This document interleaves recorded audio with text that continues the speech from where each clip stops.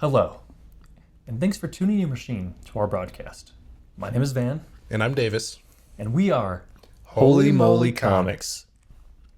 In this video, we're going to be discussing our top 3 reads we did in 2025. Now, most, if not all of these comics did not release in 2025. We just read them in 2025, which is good enough for us to sort of do this discussion. But before we get into our picks, allow us to introduce our channel. We started Holy Moley to explore some of our favorite aspects of comics, both as fans and as artists, and to promote the accessibility of comics for everyone. Neither of us are experts. We're just two guys who are looking to deepen our knowledge and express our appreciation and share the exciting things we run into along the way. We don't read every series or every issue ever released of our favorite properties. We just love this medium and the freedom of expression and unique storytelling capabilities that comics provides. Both of us are artists working on creating our own respective comics. And although we have a lifelong appreciation and love for the medium, in the last couple of years, we have really turned towards it as a larger part of our media consumption and have fallen even more down the comics rabbit hole. And we know there are lots of people who are probably in similar positions as us, who maybe are newer to comics and looking for a good entry point. We're hoping this list provides some strong picks for those people, as well as longtime fans who may not have read some of these yet. And with that out of the way, let's get to our top picks of 2025. So my first pick is the Absolute Batman Annual Number 1 by Daniel Warren Johnson, colors by Mike Spicer, and then the second story is Sanctuary by James Warren, who wrote and drew that one with Dave Stewart on colors. Talking a little bit about this one, this is my only pick that actually came out in 2025. This book consists of 2 stories. The first one, the Daniel Warren Johnson one, the second one, the James Herron one. The first one is a strong and really refreshing stance against white supremacists, Nazis, racism, police corruption. And I really applaud DC for publishing something like this in the current political climate. I'm sure they got plenty of backlash from a vocal minority of bigots, but of course Batman would be against these ghouls. Like, there's no way to spin it that he would be on their side. It's an uncompromising condemnation of a lot of evils that some people are just trying to normalize in the world, and it felt like a tall glass of water in comic book form. It's really funny to see people reacting and being like, Batman wouldn't be like this. And I think all iterations of Batman would be like this, but I think especially one who is not coming from a background in which they are a billionaire, they're not coming from a background in which they are sort of, we view them as like a helpful elite, the nice guy who is using his things for good. Obviously, a lot of people give the regular Batman a lot of flack for being a billionaire. We laugh at him. I think some of my favorite jokes are, in relation to like Poison Ivy. You mean I'm supposed to root for the rich billionaire over the eco-terrorist, But especially Absolute Batman makes sense for being sort of not only anti-white supremacy, but just anti any of that, because he's meant to be more of like a representative of the people, even more so than Batman is. Yeah, I think that is a huge reason why the Absolute run has been so successful for DC, is the kind of making the characters more of an everyman and giving them kind of that humble background. Same with Wonder Woman, the same with their version of Superman. It doesn't feel out of reach for people. These feel like real people who probably can relate to a lot of frustrations that just people are going through day to day. And it's kind of cathartic to see them handle it the way that they handle it. Especially in this annual, you get to see Batman just beat the living fuck out of so many just bad dudes. And it's great to see. Well, I mean, the thing about Batman has always been about striking fear into those who maybe do that to other people, right? And sort of like a common issue that a lot of these sort of hate-based groups have is that they're all talk. Their bark is worse than their bite. It always has been. I mean, at least nowadays, right? Like, they're just trying to make people angry. They're just trying to make them scared. But when you confront them, when you either turn that rhetoric around on them, or if you turn that threatening of violence or that fear back onto them, they turn into sniveling babies, and that's a lot of that is shown in this comic. A lot of these goons are tough guys, and Batman is an imposing, large, menacing figure. And when he starts cracking bones, they're rightfully afraid. Yeah. And I think that you're right for picking that. The Absolute series is something that we plan to discuss in more depth going forward, but this is definitely a great. Yeah, this was just a killer annual. I also want to shout out James Herron's section. I don't think it got as much love as Daniel Warren's, but the art in his is really a pretty big standout too, and the colors in that also do a lot of great work. The writing in it I found a little bit confusing at times. I don't know if it's because I'm not 100% caught up on Absolute Batman when this came out, but there are just some aspects of his story that I think there's some missing context that I had. Gotcha. But still great work. His version of Batman in that story is definitely not like the main character. He's more of like a boogeyman, Which is fun. That the guys are running from and unsuccessfully. But the way he draws him in that is just like he's terrifying. There's one panel in specifically where he's like coming into a kitchen and his like tendrils on his cape make him just look like this crazy big animal of just. Yeah, they do a good job of communicating just that the scuttle fear. pose essentially. Yeah. Well, and like that was a big thing. Not to dwell too much in the Absolute Batman universe, but like I'm not current. I'm reading through the trades, and I think that you're in the same boat. Yeah. Trying to avoid all the big spoilers that are out there right now. But in the back of the first trade, they show some of the concept art, and I think when they were pitching, from listening to interviews and other channels talk about the creating of Absolute Batman, that was like in the pitch was like he could maybe potentially walk like a creature, and you don't really see it a lot in that first trade, other than like concept art, of course. So I really gravitated towards that panel that you're talking about. Like I can, even though I haven't read it since the first time I read it, I can visualize that part in my mind just because of how well they play into the fact that like this version of Batman, his mobility is different. Not only is his mass imposing, but he also has this like weird ability to condense himself into like these really odd shapes. Whereas normal Batman, I feel, is always way more splayed out when it comes to like either wingspan or the depiction of the bat wings and everything. No, I think you're spot on. Yeah. A couple other elements I just want to shout out. There's that infamous, that was all over social media, double page spread with Batman breaking the neo-Nazi's arm and he's doing the salute of just like cracking it like that. Killer. Just a fantastic drawing. Like just knocks it out of the park on that one. Another thing, it's common across a lot of Daniel Warren Johnson's work, is really strong composition and really clear visual storytelling, especially on some of these pages that are kind of busy. They'll have like upwards of 10, even more panels sometimes. But it just reads so well. He does a lot to make it just flow visually really well. Really clear, concise storytelling. I just love this guy's work. He knows when to push it. He knows when to pull it. There's the way he draws Batman in some of the action scenes, especially, like, is really exaggerated. There's one where I think it's when he's got the flamethrower, where he's just like, his legs are like as thick as his body. Like, his proportions are crazy, but it just works so well for the feeling of that panel. And other ones where he's just so menacing in this. He kills it. It's great.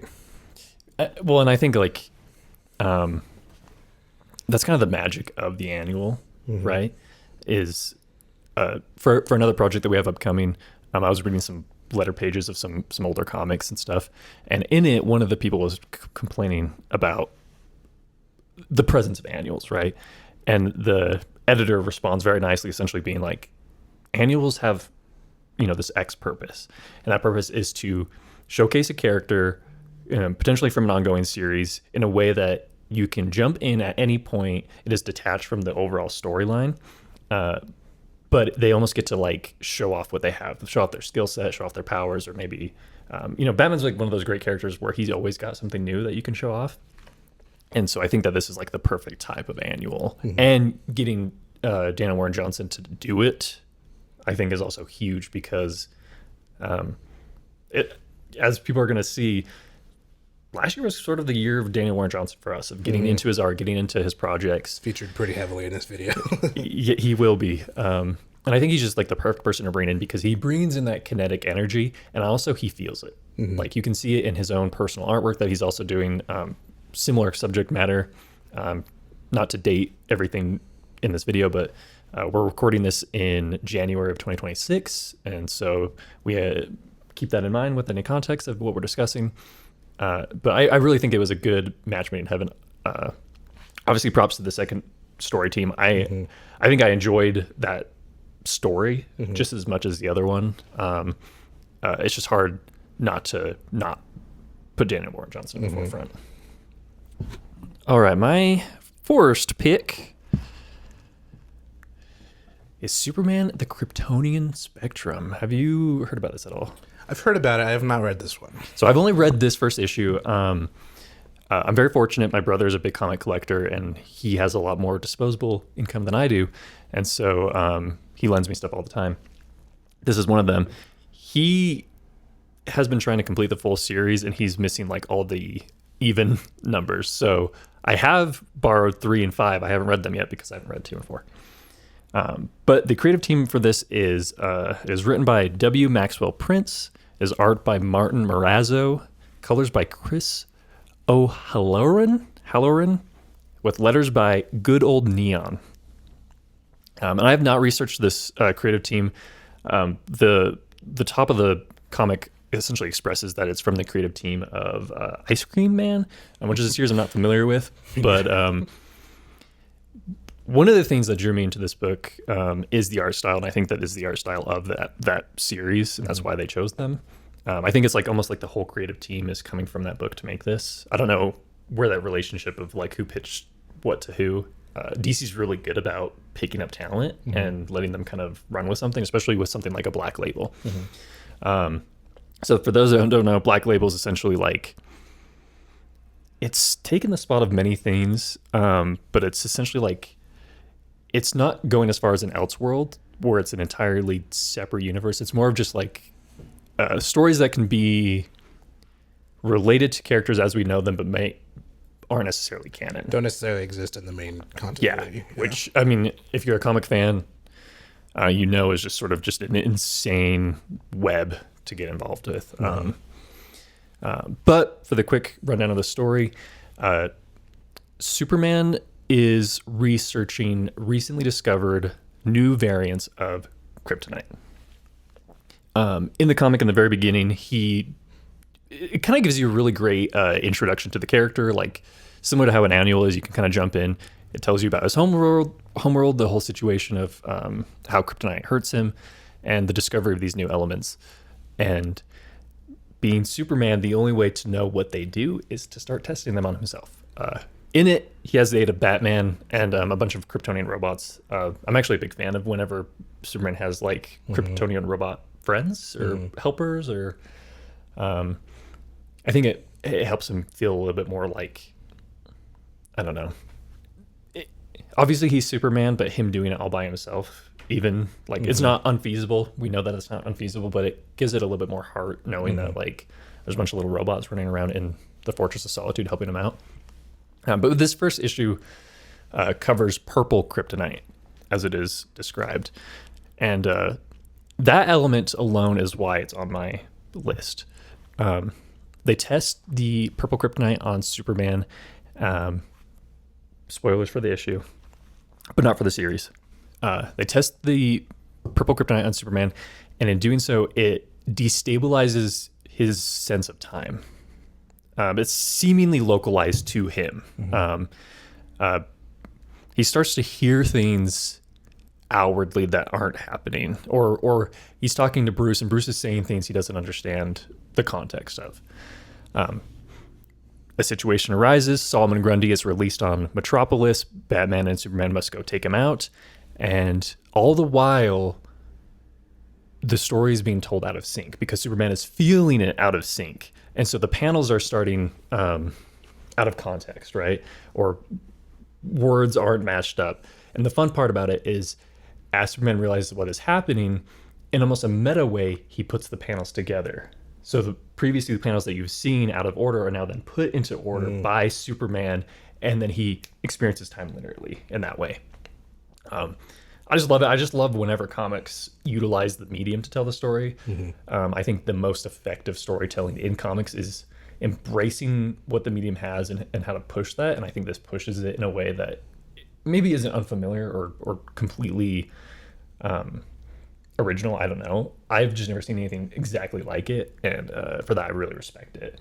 And honestly, the art is good. It's really good. Purposely ugly, I'd have to say.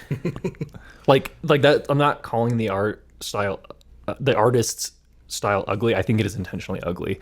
I think it is meant to ground humanoid characters. I'm assuming that the Ice Cream Man series is maybe a little bit more, I don't know if it's horror or if it's meant to be like thriller or kind of scarier anyway. But if it looks like this, it's kind of freaky. There's some freaky art design. But it adds to it. It's all additive. So that's why it's on my list. Plus, it includes a bunch of side characters that I've always liked. I'm a big fan of Superman the Animated Series.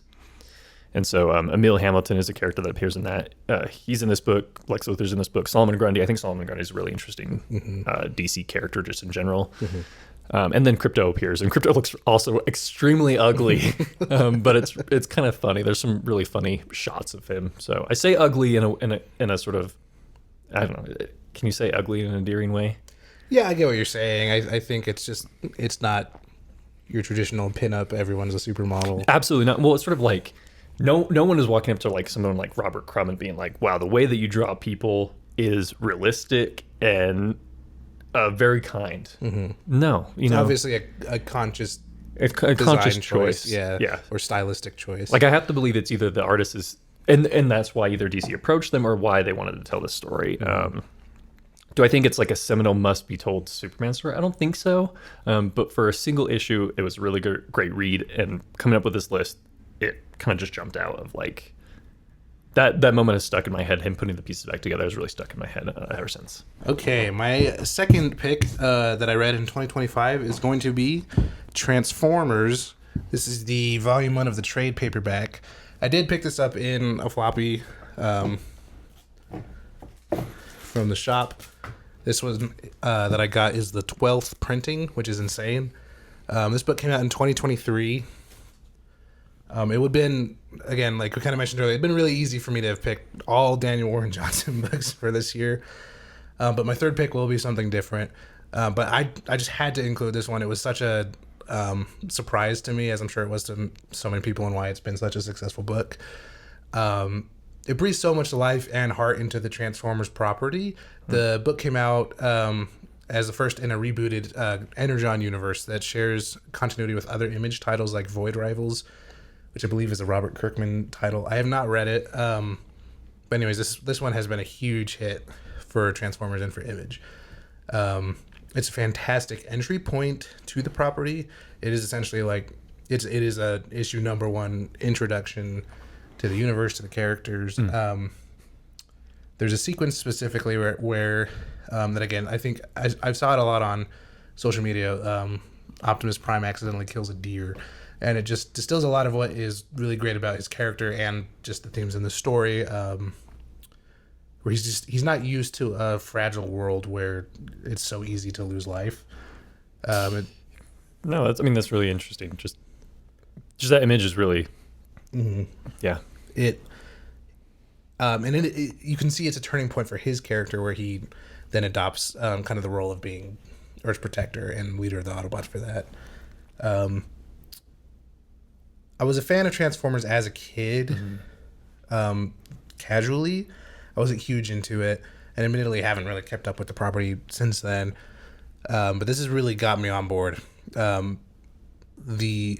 got the first 4 volumes of the trade paperback, the first 2 of which are drawn by Daniel Warren Johnson, which is the first 12 issues. I'm pretty sure the volume 1 hardcover collects the first 12 issues.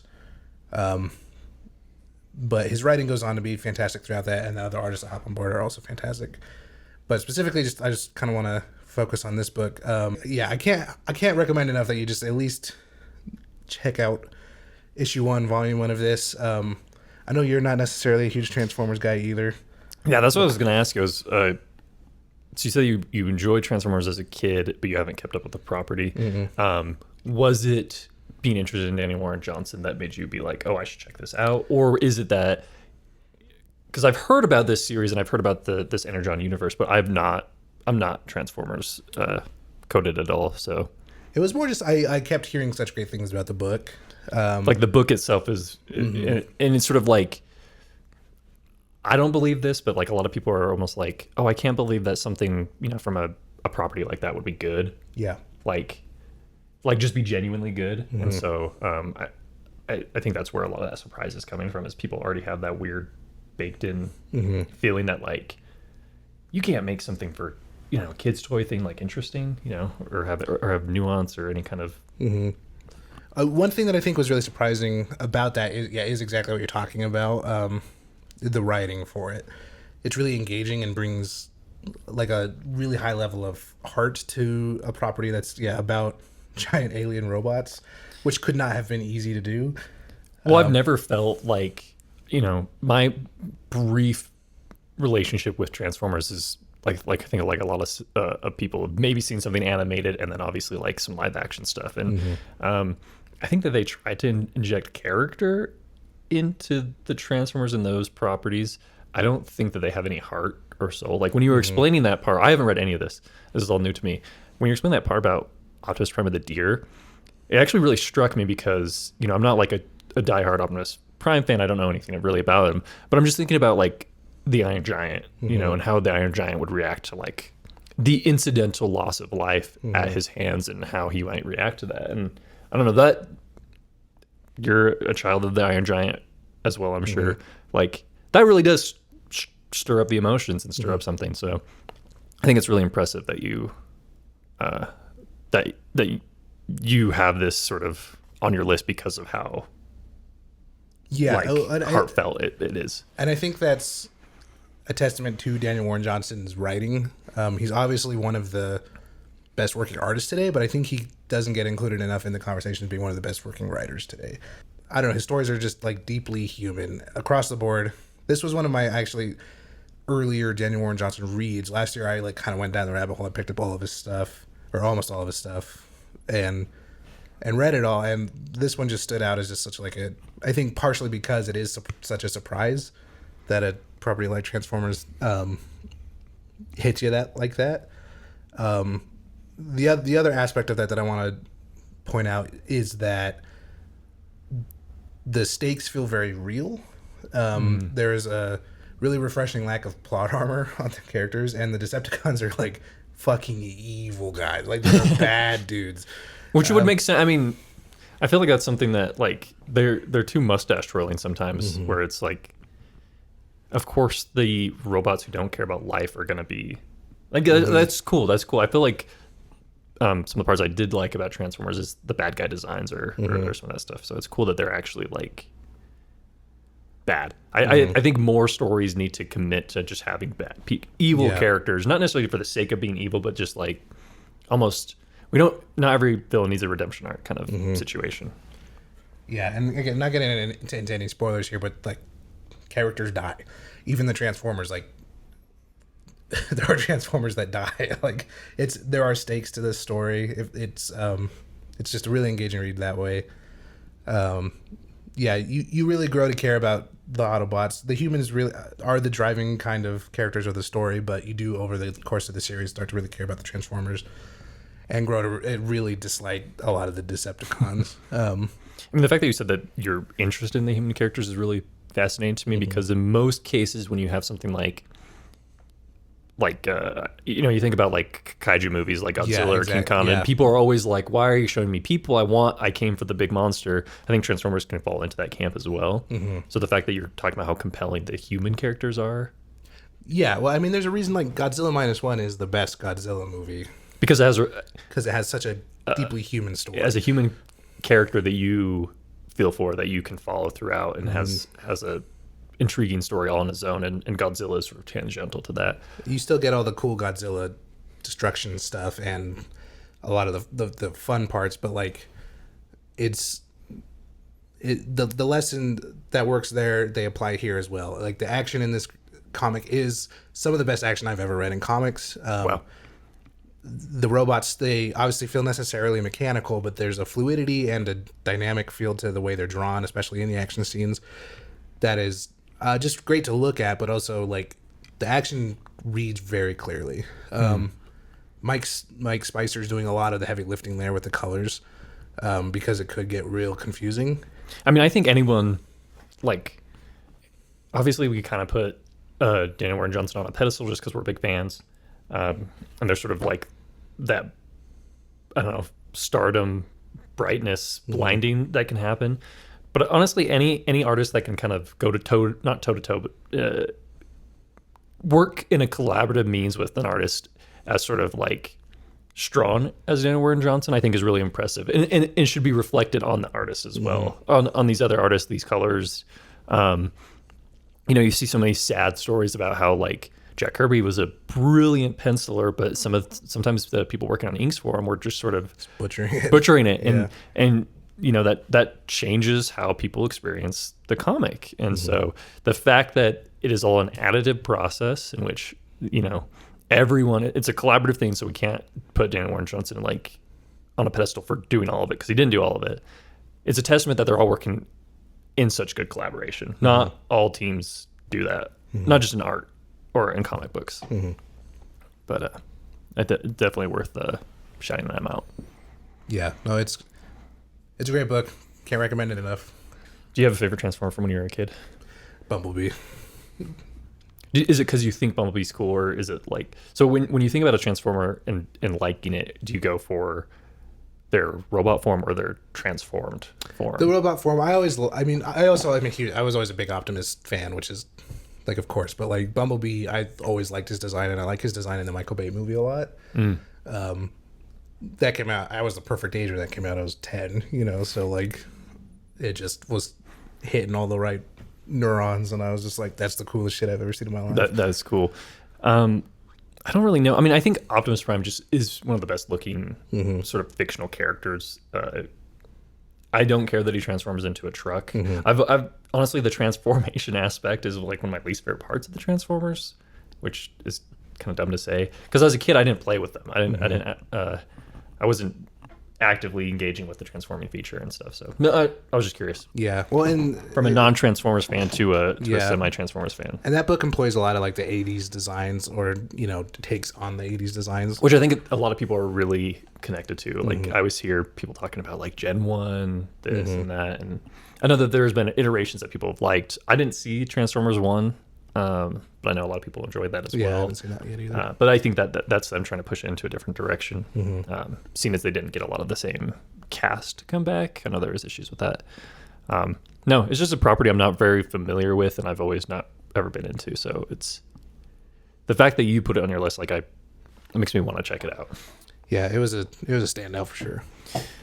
It's funny because I've heard about this Energon universe, but for whatever reason, I thought it was like, I don't know, like G.I. Joe or like.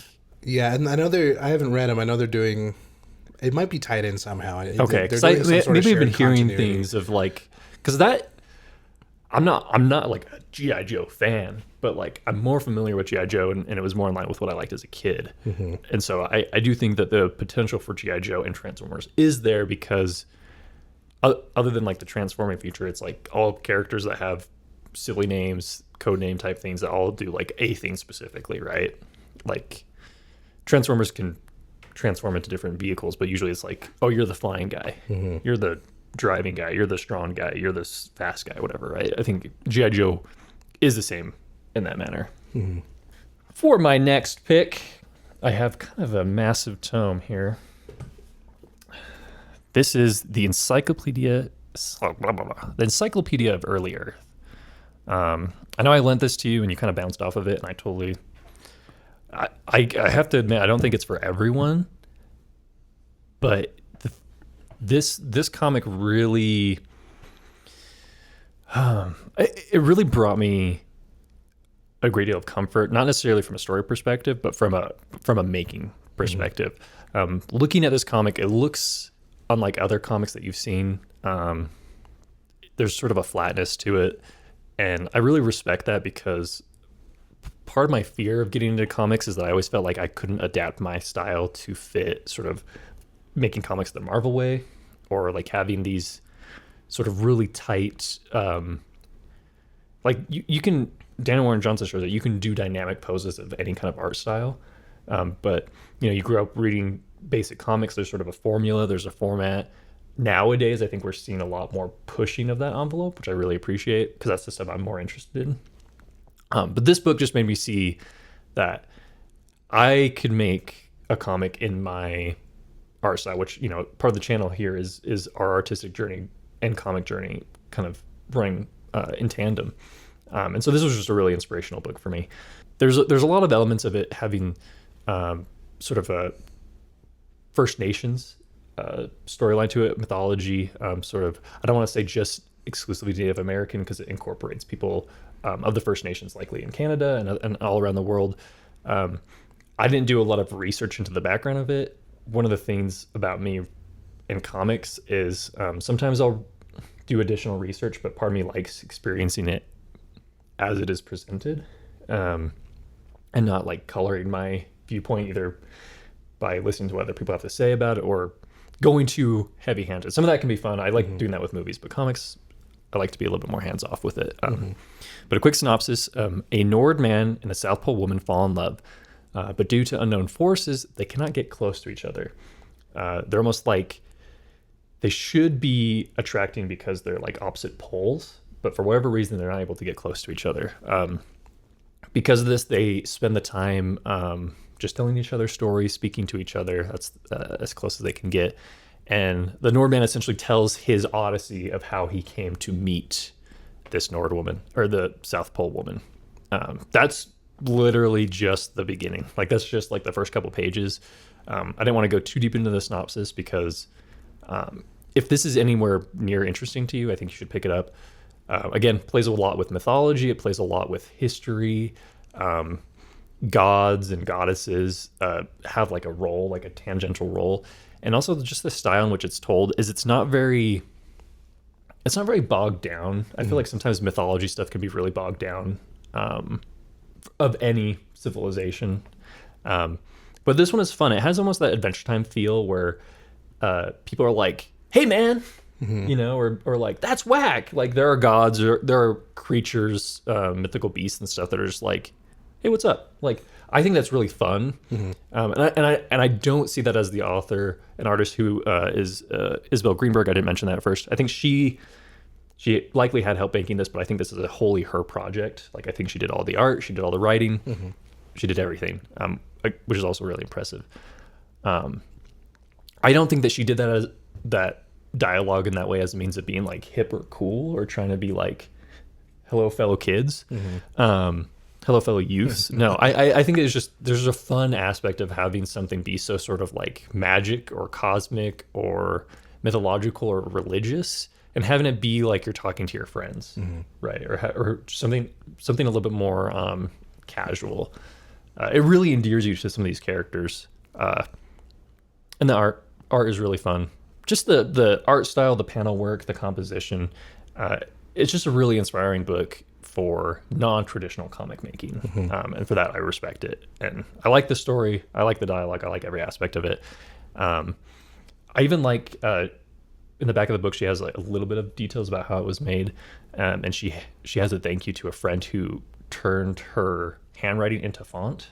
So everything like has, I think my last thing I'll say about it is everything has a touch that she did it, right? It's very much her fully realized vision. Her fully realized start vision. to finish. And I think that there's something just really powerful about that. Comics in it by nature is a collaborative endeavor. But at least in my artistic journey, I've always been very like solo. And in making comics and what I plan to do, a lot of it is going to be hand drawn. I'm not going to utilize my computer a lot, if at all, other than scanning and stuff. And so I know that she obviously used a font and typed, and computer was involved, but I just respect someone having just a complete grasp of their creative intent and the making of something. And I hope that I've not done a lot of research into her personal life or of her career or anything, but I hope that she looks back on this and is proud, because it is an undertaking. It is a large book. And the last thing I'll share about this is that I got this at the library and I loved it so much, I immediately ordered a copy on Thrift Books. So part of the channel is going to be talking about accessibility to resources. The library is a really great place to sort of find books. And then if you love it and you want to give it a permanent home, you can pick it up elsewhere. But that's it for Encyclopedia of Early Earth. There's also a great cover. Hard to see some of the details in there. Yeah. I know I lent it to you, and I know there's no issue in bouncing off. Obviously, people are going to bounce off of different stuff. Well, and that's what I don't think I gave that one the time it deserved necessarily. I glanced through it, and I definitely was really drawn to the art, and the layouts were really interesting on it. I did not sit down and read the story, which I will at some point, because it did definitely like catch my eye. But we were also coming together to do another swap, and I was like, okay, I've been through there being like, oh shoot, I've been dragging my feet on reading this. That's another thing that I'm really appreciative of what we're trying to do here. I'm one of those people that like has to justify things to himself of like putting time into it. I spend a lot of time on art stuff to the point where I neglect some of my hobbies, this being one of them. So this is going to give me a push to be like, you can read and have fun and enjoy and take stuff, not because it's, for work or for whatever this becomes, but I don't know. It just helps me in my mind justify like, it's okay. Take a moment, enjoy some reading. You can take a break from your other projects. Because if you want to make comics, you should read comics.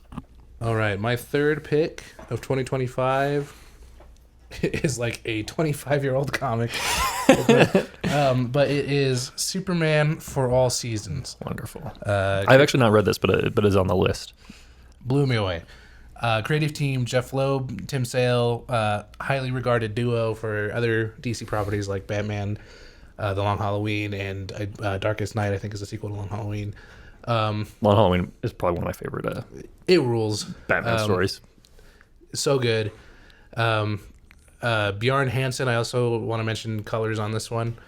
I don't think I've read a comic where there's been a more like perfectly matched creative team. It's the final product here is just stunning. The sum definitely is greater than its parts. Like it sort of shows that the collaboration, it is such a successful collaboration, works between writer, between artists, between colors, and even lettering on this one. Like it creates such a cohesive vision and comprehensive book. It's just fantastic. I'll read some of my notes on it. The story here, classic early Superman, presented in such a way that feels really new and interesting to read. You really get a good feel for who Clark Kent is as a person and why he is that way, and also the people in his life that shaped him into the person that he is. This is kind of what I think makes most Superman properties work the best.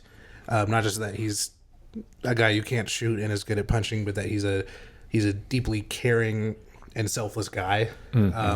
He's just unwaveringly just good, and it's cool to kind of go back, see where that comes from, and see how that maintains throughout his early Supermaning. I picked this book up because it was listed as inspiration for the movie that came out last year, and it's pretty clear to see how. A lot of people talk about how much All-Star Superman has been an influence on the movie, which is undeniable, but Superman for All Seasons, it really lays out what makes Superman as a character work. Not saying that All-Star Superman doesn't do that. I feel like All-Star Superman was very much an inspiration for vibes and kind of type of storytelling. I enjoy All-Star Superman. I read it prior to the movie coming out because I was getting very excited for the movie. I like it. I don't think I like it as much as everyone else. I think from an art standpoint, it's really great. Yeah. And I think some of the writing is really great. I think there's some really great moments. I think for me, and it was intentional by Grant Morrison. This is a very Grant Morrison thing. it still feels like I'm missing something. Yeah, I get what you're saying. For a standalone series, it feels like it's introducing a lot of stuff that I'm like, I don't know what this is, and part of me can respect that. Yeah, it's definitely pulling from a lot of wacky like Silver Age stuff that they're maybe expecting the reader to have some background context on. It's not a great entry point to a lot of the Superman lore. No. But and not to take away from talking about this, but like in All-Star Superman, some of the best moments are those sort of more human character moments between I think my favorite issue is the Lex Luthor prison, yeah, his interview with Clark Kent, and so I think that both this, I know a little bit about this, but I think it's interesting that both of those properties are focused on like not only showing Superman in a certain light, but also like Clark Kent is an integral part of the mythos and should not be ignored. Well, and one thing that I think that this book does, that the movie also does, there's not as much separation between Clark Kent and Superman as people. Like they don't feel like different. And there are different iterations where that is very intentional, and All-Star Superman is one of them, especially in the way that he's portrayed visually. Like posture-wise. Yeah, they do a great job there. And that was very much an intentional story choice. Here, they don't feel like, you don't feel like Superman is like that much of a like there's difference in how he's drawn depending on who he's presenting as, but like he feels like the same person, and I feel like the movie did a good job of portraying that as well. We don't really get a lot of Clark Kent in the movie, sadly. No. Yeah, but anyways, yeah, moving on, just talking about this book, like I know it's one of the highest regarded Superman comics, but just in terms of the conversation of the movie influences, I think this deserves a little bit more of a spot in that conversation than it gets. All-Star Superman definitely kind of took the top spot there. But yeah, Tim Sale's artwork in this, he portrays Clark/Superman as like a gentle giant, but he still feels like a real force of nature. Jeff Loeb's writing employs a compelling structure and really gives a timeless feel to the story, but the unsung hero here is Bjorn Hansen's color work. The book is just absolutely gorgeous. I can just open any page, you get lost in the beautiful palette employed throughout the book. Superman's primary colors are a beacon against kind of the soft pastels and earth tones of the environments and of other characters. It is a perfect match for Tim Sale's artwork and tone of the story. The whole creative team is just firing on all cylinders, and yeah, they create something where the sum is greater than its parts. Yeah, it's definitely on the list for me. Because obviously it's called For All Seasons because it takes place throughout the seasons and how that sort of can work as a narrative device or sort of a setting in of itself. I think is really cool. You also get, and one thing I failed to mention a minute ago, the structure is it's essentially 4 individual stories, each taking place spring, summer, fall, winter. But each one is also presented through a different narrative lens of a different character in Superman's life. So the first one is Jonathan Kent, his dad. The second one is Lois Lane. The third one is Lex Luthor, and the fourth one is Lana Lang. Well, I like Lana Lang as a character. I think she's really she kind of gets her flowers here as a more influential person in Superman's life than she does get in a lot of other Superman properties. I'm glad that you have some. I mean, I say that as someone who also has a Superman thing on the list, but I think that Superman 2025 really awoke something again, at least in me. I can't speak for both of us. I've always liked comics. I've always liked DC. I have to admit, I've never been a Superman fan. I think I have been one of those people who just sort of blew him off and distilled him to a strong guy, can't get hurt, why care? And obviously not. The movie itself did a lot of me enjoying the character, but it was more so just the catalyst for me delving into other stories. Like I said, Superman the Animated Series, I watched all of that after watching Superman, and that's I think my favorite iteration of Superman. I just never gave him enough credit, and I think one of the things that you talked about is one of the reasons I like him now. Is he's not just like this strong and vulnerable person. He is that. But it's the fact that Superman, if he wanted to, could break every single person into like 1,000 pieces, and he doesn't. He actively chooses not to, and I think that's really sort of the fascinating aspect of the character and why I hate bad Superman, or just in general, edgy Superman, because he's not meant to be this sort of almighty, he is, but it's a tired take. I don't know. He just doesn't.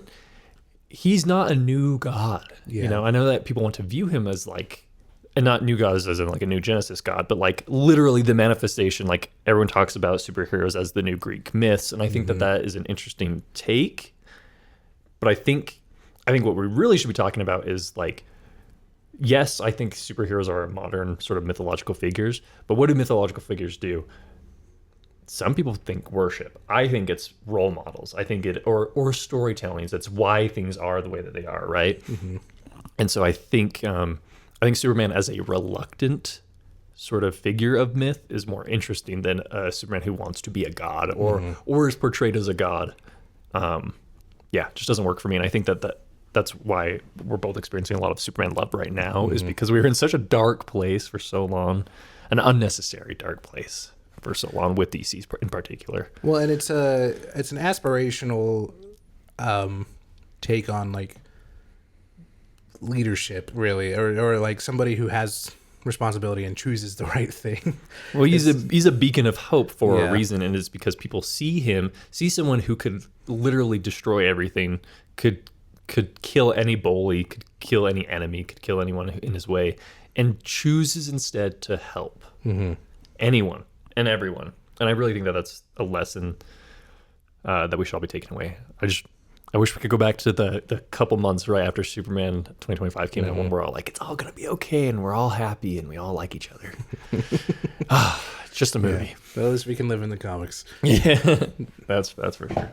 I definitely think we're going to have to talk about Superman more in the future. Yeah. Because it's a character that, again, I wasn't really into, and I've gotten more into, and you've always liked Superman. Superman's always been my guy. And I think, and I'm I feel like I'm finally seeing the light, and now maybe you can shepherd me further on that journey. To the surprise of no one, Daniel Warren Johnson appears once more. Davis, thank you for lending me your physical copy of this. This is on my list, but this is Davis's copy. I borrowed it from someone else. It is Wonder Woman Dead Earth. I know the creative team is larger than Daniel Warren Johnson. I didn't have that on hand with me, but from the cover it says that Mike Spicer also aided. Is it Splicer or Spicer? I think Spicer. Mike Spicer also did the colors for this. I'm sure there was a larger creative team, but I think Daniel Warren Johnson wrote and drew it. This was my first introduction to Daniel Warren Johnson, and funny enough, the reason I sought it out is because of the premise. This is before I saw the light and I knew who Daniel Warren Johnson was, because you would hear bits and pieces in certain circles, but I was just out of the game for a certain amount of time. I was always interested in comics, but out of superhero comics. I think I was feeling the fatigue that everyone else was feeling post Avengers Endgame. The quick little synopsis that I wrote up for Wonder Woman Dead Earth is, awoken by scavengers, Wonder Woman finds herself in the apocalyptic ruins of the Batcave. What follows is an adventure pitting Wonder Woman against old friends and enemies, uncovering how the world ended and how best to help those who remain. This is an apocalyptic story. It's also Black Label. It's an Elseworlds. It is a non-canon, canon only to itself. It is a complete story all in one package. Sometimes those are the stories that make me want more. And you have to, I say this as a Star Wars fan, right? You have to know when gluttony is not the answer anymore. You have to know when enough is enough. And while I think you could do maybe at least 2 or 3 more books in this style or in this world or using this format or this premise, I think you have to respect restraint where there is restraint. I don't know if I would have that restraint, to be honest. I think if I had made something like this, I'd be like, I want to hop back. I am the coolest person on the planet. Everyone wants more of this. Just because of how incredible this comic is. Wonder Woman is a character I've always really been interested in. And I've always kind of liked, specifically, I've always liked comics, but when it comes to a lot of these characters, other than Batman and Spider-Man, a lot of my introductions came to them from animated series, specifically Justice League. I watched a lot of Justice League, a lot of Batman the animated series as a kid, and I've always liked Wonder Woman in those appearances. The Wonder Woman movie that came out used to be considered good, but now we actually have good superhero movies again, so it's okay. We can let it be. We can let it be fine. Not a good Wonder Woman actress, I will say. Yeah. This, oddly enough, I think this is one of my favorite iterations of Wonder Woman. I think agree. it captures her so well. I think it captures her origin story really, really well. Am I in the minority of people who likes the clay origin? I think that's the move. That was my understanding of her origin growing up. And I know that that's sometimes it is the thing, sometimes that's the cover story. Yeah. And that her parentage is either related to any number of gods. It's been Zeus, it's been Hades. New 52 rebooted it to make her Zeus's daughter. And I know that, which was controversial, and I've read some of that, and it's not killer.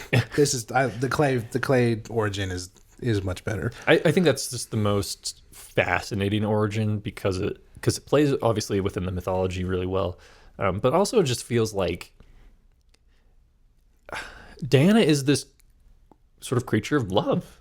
At her core of her character, she is a loving person. She can be angry, she can get mad, she has other emotions, but I think that the fact that she is essentially a creation born of love is really showcased well here.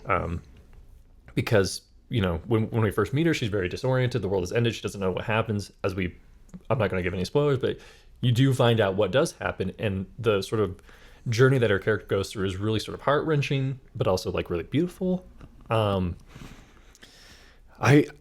It's fascinating to me how well Wonder Woman can be captured in sort of these snapshots. Or like concurrently, I think my favorite Wonder Woman is the Absolute Wonder Woman. I think the Absolute Wonder Woman should just be base Wonder Woman. Yeah. Because I don't think that, other than a different costume and stuff, I think the core of the character is still what I like in a Wonder Woman story. Because some people don't like Sword and Shield Wonder Woman. Some people only like Lasso Wonder Woman. I like kind Wonder Woman who can be a warrior, but also knows how to be a diplomat. I don't know. I feel like even though this is sort of like a very hardcore version of her, like Absolute, where she's fighting giant kaiju creatures and killing things and fighting for her life, I still think that she like embodies this kindness and love of those who she's sworn to protect. That is really sort of special. So yeah, the premise alone got me in the door, and then the Daniel Warren Johnson kept me awake at night. It's so good. It is the kind of comic book that you look at and you're like, I wish I could never make this. I wish I made this. There's something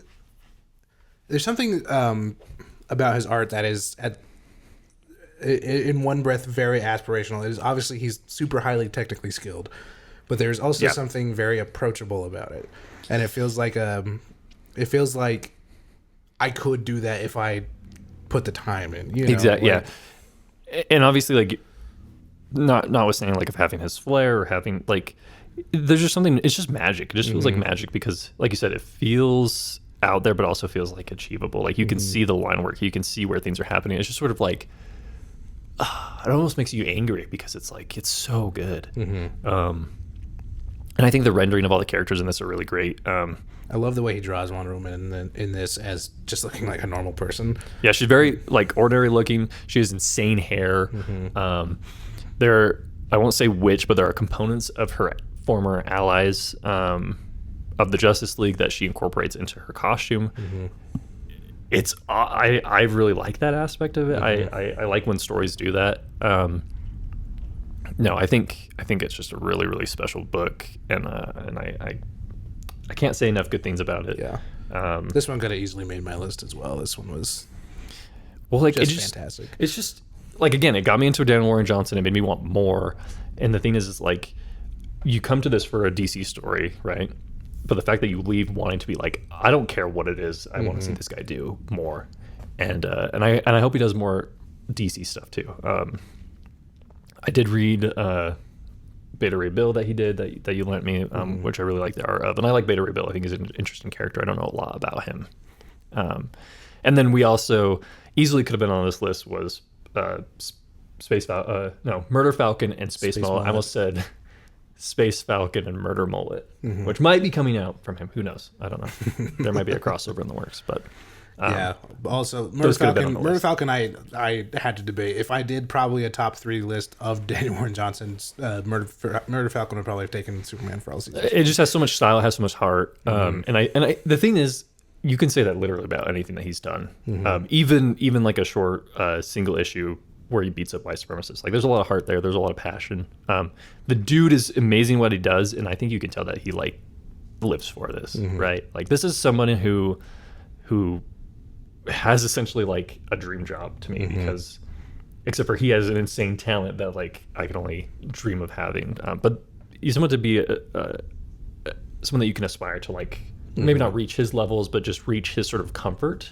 The fact that he's comfortable being who he is, showing his art, doing what he wants to do. I think it's just really respectable. I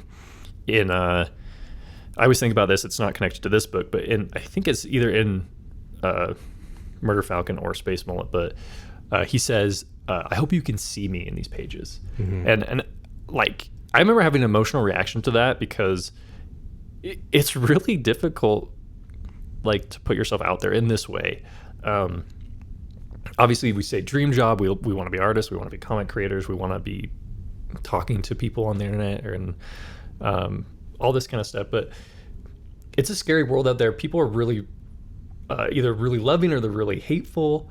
And to put yourself out there, essentially playing in somebody else's playground, is always tough. And I think that, honestly, I think Daniel Warren Johnson has done things for DC and pushed them, even though he's not like in a higher level. I think just his presence has made them more interested in pursuing artists who have style, who have passion, who just are like kicking butt. I really think that they've been emboldened by just his presence involved in comics in general. And I hope to see more like it. I think I'm just more of a DC guy than a Marvel guy, especially when it comes to comics. Yeah. But it's like, I'm seeing stuff pop up from DC that I'm like, oh, I'm really interested in this art. Like, this is really fascinating. And I have not really seen a lot of stuff coming out from Marvel right now that is anything more than what is usually there. Of like the same kind of art style, the same, unless it's Phil Noto. I like Phil Noto a lot. DC is killing it right now. The absolute runs are great. This stuff, and even some of Daniel Warren Johnson's other work with DC, he did a little story in the Superman Red and Blue. I don't know if you read that. Oh, I have it, but I have not read it yet. That it's only a few pages, but it's again just like I can't praise this guy's work enough. Just top to bottom, he's just great. I definitely think we'll have to do a full deep dive on him, an episode on that. But yeah, for now, that was just our sort of 3 stories that we read last year that we wanted to talk about. Obviously, there were more. I kind of wanted to keep it to stuff that I had like a physical copy of or access to a physical copy of, because we wanted to showcase it here. Part of the fun of our channel is going to be finding out places that you can experience comics maybe for a more budget-friendly reason. We've already mentioned the library. There are websites that can make that possible. Also, using your library card through certain services, you can access comics and stuff. So we'll be discussing all that as we continue, but this has been just sort of a practice run. We're still getting used to this. We're still trying to find our footing, but it was a great opportunity to have some discussion over some comics that we previously read and what to expect going forward. All right, well, thank you for watching. Consider maybe subscribing or liking the video to kind of help us just keep doing this. We've got more stuff in the pipeline that we'll be uploading soon, but yeah. The best part of being on a channel in which no one is watching is we have room to grow, we have room to get better, and if anyone is watching, there's only going to be a few of you, so contact us, have a discussion. If you have any thoughts on any of the things that you've seen here and you want to talk about it more. I know one of the worst feelings in the world is like having something that you want to talk about and no one to talk about it with, so if you're so inclined, please feel free to reach out and talk some comics. Thank you. Thanks.